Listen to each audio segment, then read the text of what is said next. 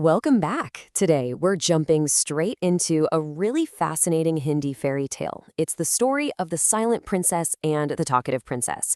And, it beautifully illustrates this profound concept, how active silence, just stopping and listening, acts as this incredibly powerful tool to expose corruption and ultimately reveal hidden truths. We're going to see some highly relevant lessons here for all of us about leadership, observation, and getting to the absolute bottom of the truth. Okay, so to get us started, I want to pose a question that sits right at the very heart of this story. Can silence actually speak more truth than words? I mean, think about it. In a world where the loudest voice usually gets the most attention, we kind of default to equating speaking with power and action, right? But as we're about to see in this explainer, true awareness often begins the exact moment we just stop talking. To really grasp this dynamic, let's look at two royal sisters who were born in a hidden mountain kingdom. On one hand, you have Princess Teresa. She is loud, she's outward focused, and honestly, she is constantly talking. Her voice literally echoes through every single corner of the palace, filling the air with just endless chatter. But on the other hand, you have Princess Hannah, and Hannah never speaks. Not a word. But here's the catch. Her silence isn't an absence of communication. She is deeply observant and profoundly connected to the subtle vibrations of nature all around her. Hannah actually possesses this incredibly unique power. The source material tells us, and I love this quote, "The trees and rivers never considered Hannah a stranger, and she found a strange peace in listening to their words." So while her sister Teresa is filling the world with all of this superficial noise and distraction, Hannah's active silence allows her to truly listen. She hears things that everyone else just completely ignores. She isn't just quiet, She is intensely tuned in. And it's exactly this deep connection that brings us to the inciting incident of the story, because she's actually listening. Hannah hears this desperate cry for help echoing from the deep forest. Now, what about the rest of the palace? Well, they're completely distracted by their own endless chatter and Teresa's loud presence, so they miss it entirely. They actually dismiss Hannah's concerns, figuring she's just making up imaginary friends. But Hannah, she trusts what she hears. She knows she has to investigate. So, braving her fears, she journeys deep into the dark woods. And there, she encounters the Root Keeper. This is the ancient, mystical guardian of the kingdom, a witness to all eras of history. When Hannah touches this massive, ancient tree, it magically lights up. And the Root Keeper reveals a pretty dark secret. The kingdom is being consumed from within by 3 hidden flames of sin, and they absolutely have to be extinguished before it's too late. Now, to save her home, the Root Keeper arms Hannah with the tools she's going to need for this investigative journey. It's a 2-step process. First, she receives this glowing lantern of truth. Second, the tree drops 3 magical leaves down to her, colored red, green, and yellow. And these aren't just your run-of-the-mill leaves. They're specifically designed to react to the distinct sins hiding within the palace walls. The idea is, when brought near a sin, the guilty party will be completely forced to confess. Okay, so Hannah heads back to the palace, fully armed with these magical tools. But what actually happens? The palace stays completely deaf to her. Her silent warnings, her attempts to show them the lantern, they are entirely ignored. It's all just drowned out by Teresa's endless chatter and the sheer arrogance of the royal court. And wow, isn't that a powerful metaphor? Noise and arrogance so often blind us to impending danger, even when the literal solution is standing right there in front of us. So the real crux of this explainer is how Hannah systematically uses her silent observation to unmask the kingdom's rot. She's got these 3 leaves for 3 specific sins, which maps out like this. The red leaf targets pride, embodied by Sir Lancelot. The green leaf targets greed, orchestrated by the royal cooks. And finally, the yellow leaf exposes fear, which has actually infected the highest level of government, the royal council. Let's break down exactly how her silence unravels each one of these.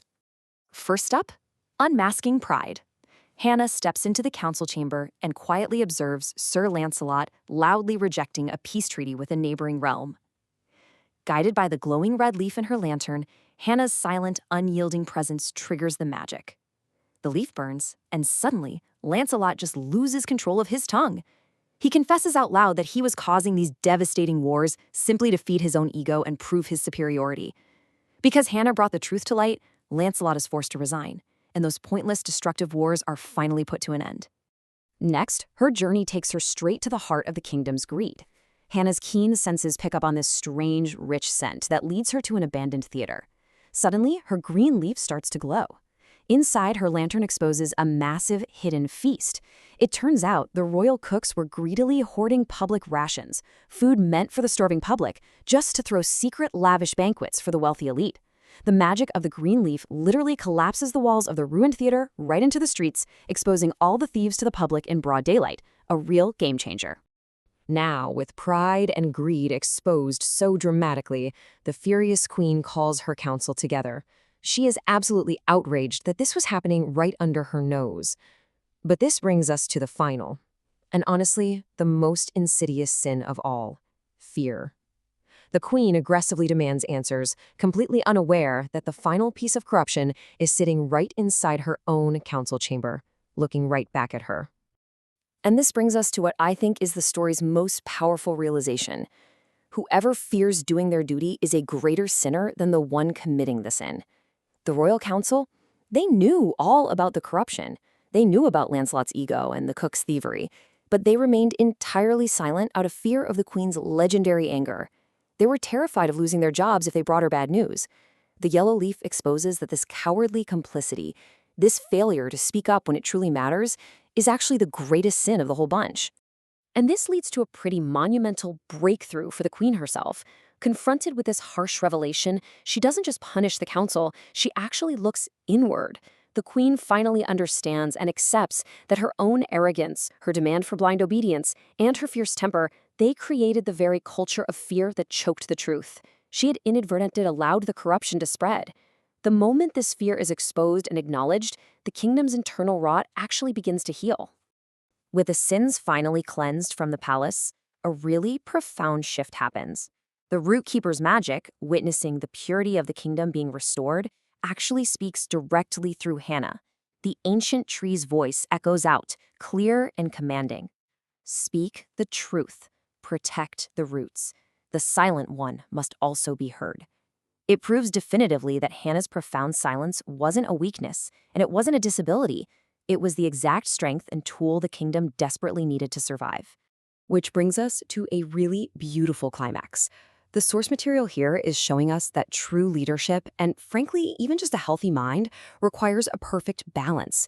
You need 50% voice, which is represented by Teresa's outward action and ability to project, and you need 50% silence, represented by Hannah's inward observation and deep listening. One without the other, you either get chaotic noise or unexpressed wisdom. They absolutely have to work together in harmony. And we actually see this balance perfectly achieved in a really touching resolution. The king and queen offer the throne to Hannah, recognizing her incredible wisdom. But Hannah voluntarily passes the crown over to her sister, Teresa. Teresa, who is profoundly humbled by everything she's witnessed, finally learns to sit in silence and truly listen. And Hannah? She chooses to act as her sister's quiet, guiding compass, making sure that the kingdom's outward voice is always informed by deep, silent wisdom. As we wrap up this explainer, I want to leave you with one final thought to reflect on today. We've just seen how an entire kingdom was saved simply because one person chose to listen instead of talk. So ask yourself this: what hidden truths might you discover in your own life, maybe in your workplace or in your relationships, if you just stopped talking and simply stayed quiet enough to listen? Let that sink in for a bit.